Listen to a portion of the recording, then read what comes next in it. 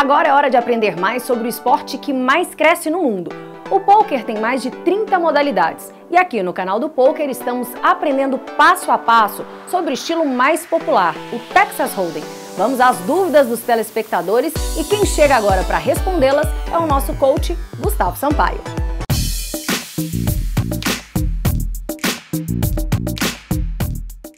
Meu nome é Marcelo Pará, sou de Ponta Grossa, Paraná e acompanho o canal do Pôquer através do Pôquer TV Goiás. E tem uma pergunta pra você, Kaká. E aí, me diz aí, o que é Card Dead? Valeu!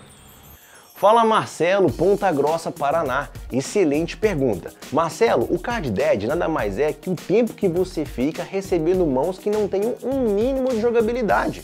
Ou seja, mãos que não servem nem para dar call, nem raise ou nem tribet.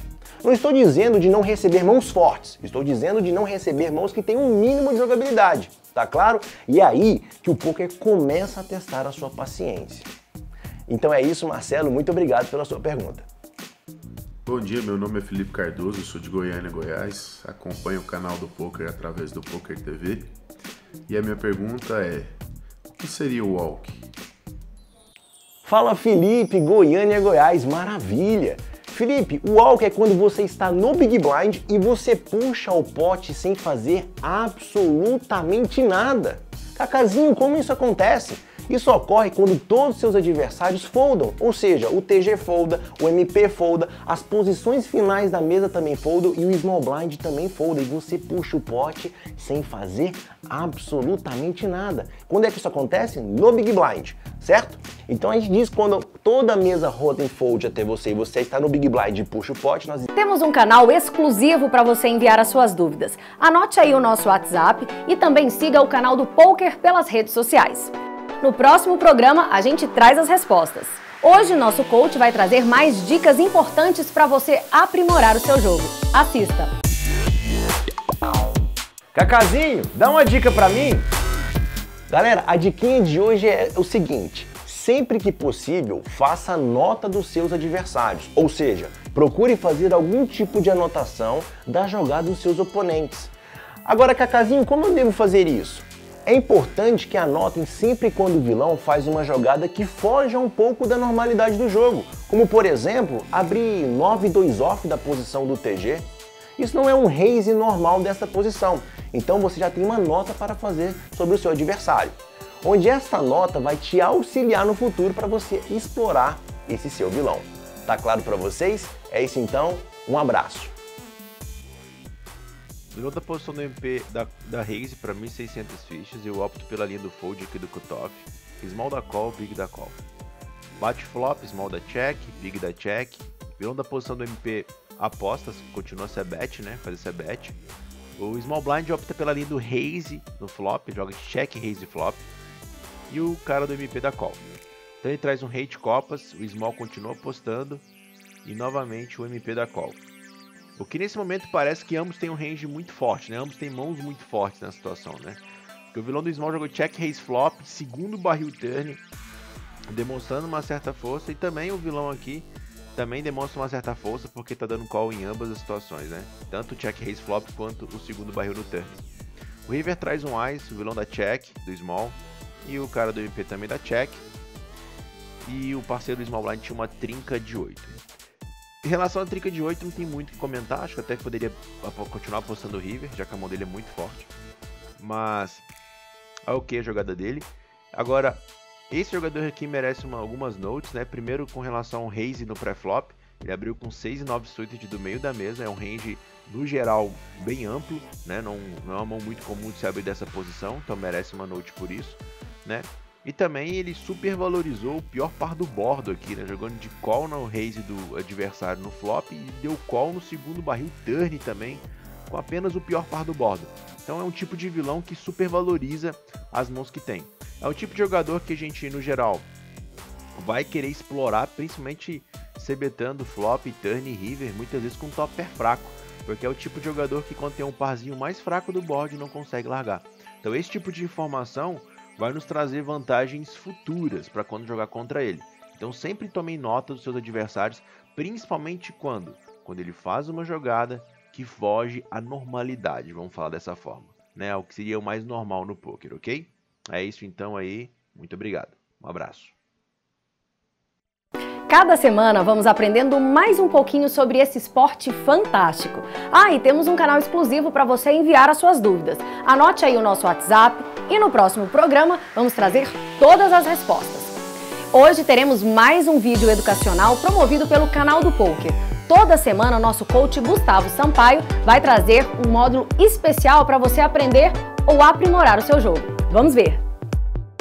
Fala galera, meu nome é Gustavo Sampaio, conhecido no poker como Kaká Gustavo Kaká, e na nossa aula de hoje vamos falar sobre range de abertura por posição, tema que está totalmente ligado com a nossa aula anterior da semana passada, onde falamos as posições de uma mesa de poker, as suas vantagens e desvantagens. Primeiramente, vamos entender o que é um range. Range é um leque de mãos ou um número de mãos em que cada jogador faz algum tipo de ação. Cacazinho, eu não entendi muito bem. Range é a seleção em que cada jogador faz para dar raise, para dar call, para tribetar, ou seja, é a escolha das mãos que ele utiliza para fazer cada uma dessas ações. Vamos falar um pouquinho sobre o range de abertura? Então, família, existem aí 4 fatores que nos auxiliam a determinar o nosso range de abertura por posição. O primeiro deles é o número de jogadores que existem para fazer algum tipo de ação contra a gente. O segundo fator é se temos ou não posição contra os nossos adversários no que diz respeito ao pós-flop. O terceiro fator é a frequência com que nós temos que defender contra uma tribet. E o quarto fator, o quão nós podemos explorar o nosso field no que diz respeito ao pré-flop. Então esses 4 fatores nos auxiliam a determinar o nosso range de abertura. Óbvio que existem outros fatores, como o número de blinds que nós temos, o número de blinds da mesa, dentre outros, tá? Mas eu coloquei esses 4 aqui que já nos auxiliam de uma forma bem interessante. É importante ressaltar que esses 2 últimos pontos que eu falei, a frequência com que nós temos que defender contra uma tribet e o quão nós podemos explorar o nosso field no que diz respeito ao pré-flop, são temas mais avançados que eu vou deixar para uma oportunidade mais futura para estar comentando sobre, ok? Então a nossa aula de hoje nós vamos nos pautar nos 2 primeiros pontos, que é o número de jogadores que existem para fazer algum tipo de ação contra você e se temos ou não posição contra os nossos adversários no que diz respeito ao pós-flop. Por exemplo, a posição do TG, ela tem esses 2 pontos, né, muito ruins. Primeiro, o número de jogadores que existem para fazer algum tipo de ação contra o TG são enormes, é o número de 8 jogadores, é o número máximo de jogadores que existem para fazer algum tipo de ação contra o TG. E também o TG está fora de posição contra a grande massa de seus adversários no que diz respeito ao pós-flop, né? Então se a gente abre um raise do TG, a gente toma call do MP, do botão, do cutoff, do hijack, contra todos esses a gente vai estar fora de posição no que diz respeito ao pós-flop. Isso faz com que o nosso range de abertura do TG seja bastante restrito, seja pequeno, ou seja, seja composto também de mãos fortes. Por que, Cacazinho? Por que tem que ser composto de mãos fortes? Número imenso de jogadores para fazer algum tipo de ação contra a gente e estamos fora de posição contra os nossos adversários. Então tá aqui uma ideia de range, tá? De abertura de UTG, não é exatamente o range que eu abro, mas é uma ideia para vocês terem, ok? Então esse Ace 3 off aqui é uma mão que com certeza eu vou estar foldando da posição do TG.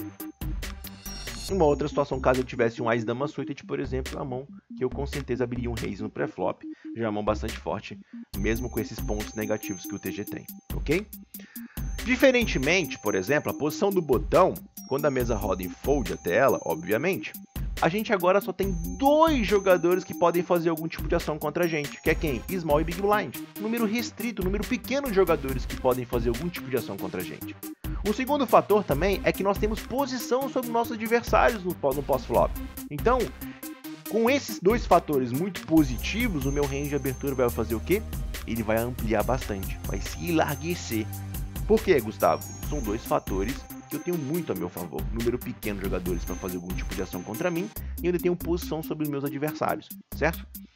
Então, no outro caso, por exemplo, existindo o ante, o que é o ante? O ante é um número de fichas que cada jogador tem que colocar a partir de um determinado momento do torneio, independente se ele está no small ou big blind. Todos os jogadores têm que colocar essa ante aqui. Isso torna o pote ainda mais atrativo, o que faz com que o meu range de abertura do botão se amplie ainda mais. É importante observar que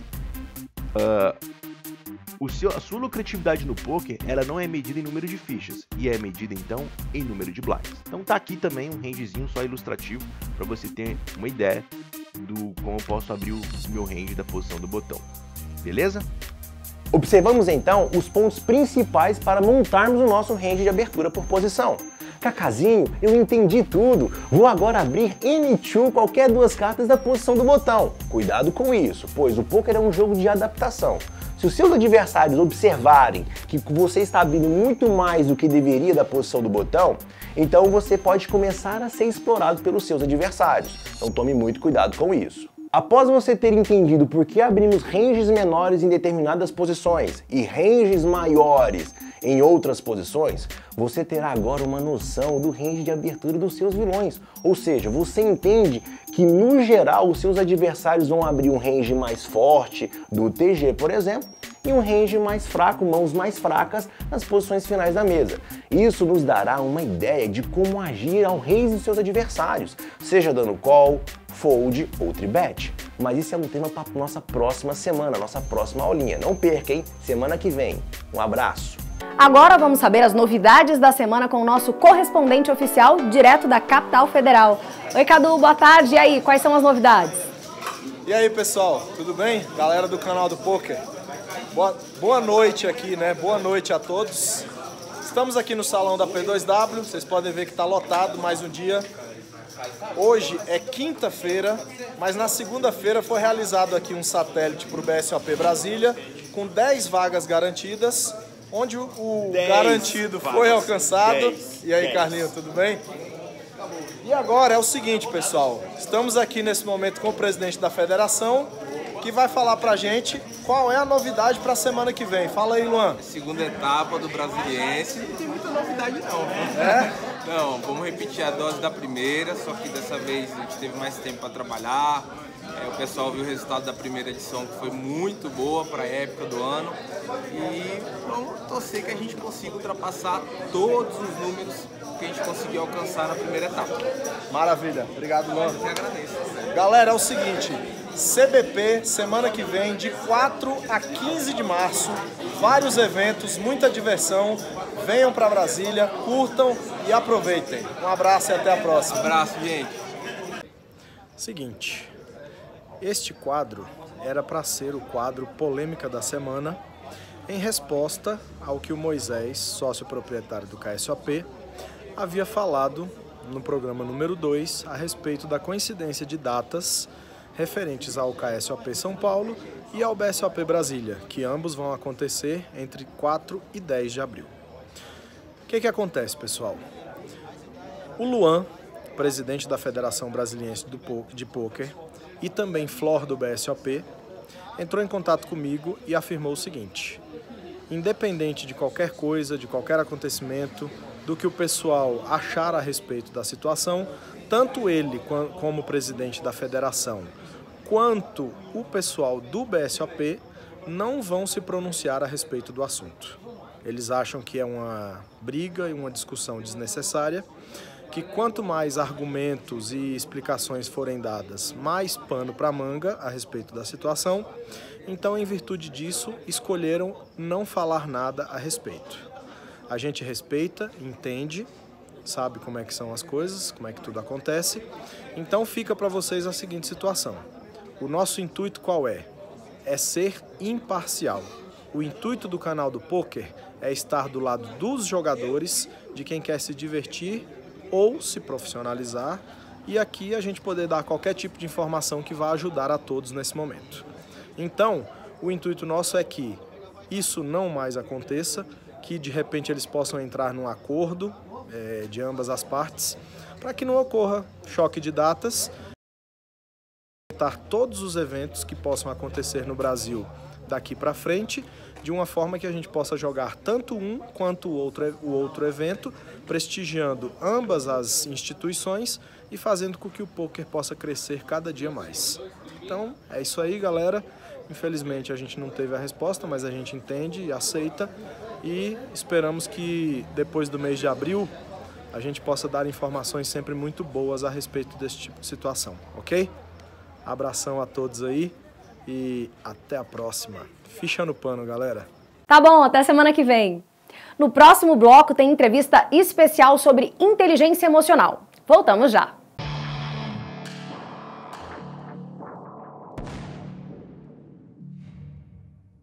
Quer fichas liberadas com agilidade, fácil, simples e descomplicado? Fichas.net.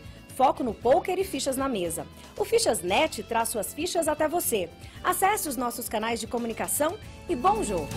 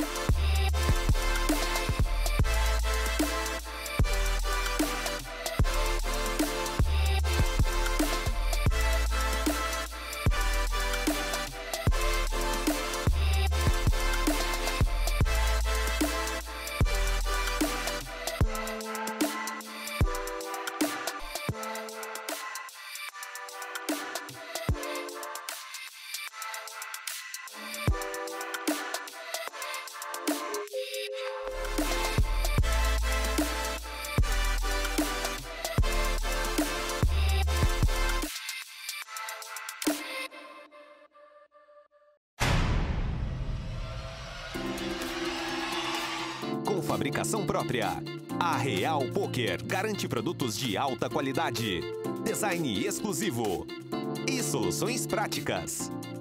Com um novo jeito de produzir e atender, oferecemos produtos personalizados para cada cliente.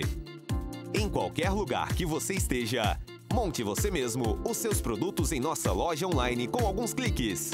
A gente tem fichas, cut cards, mesas, diversos produtos que a Real Poker fornece pra gente, confia no trabalho da Real Poker e utiliza os produtos deles em todas as nossas etapas.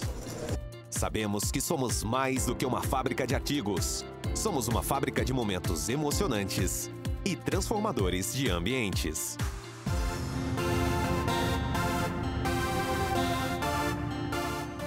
Real Poker, levando a emoção do poker para todos os cantos do Brasil e do mundo.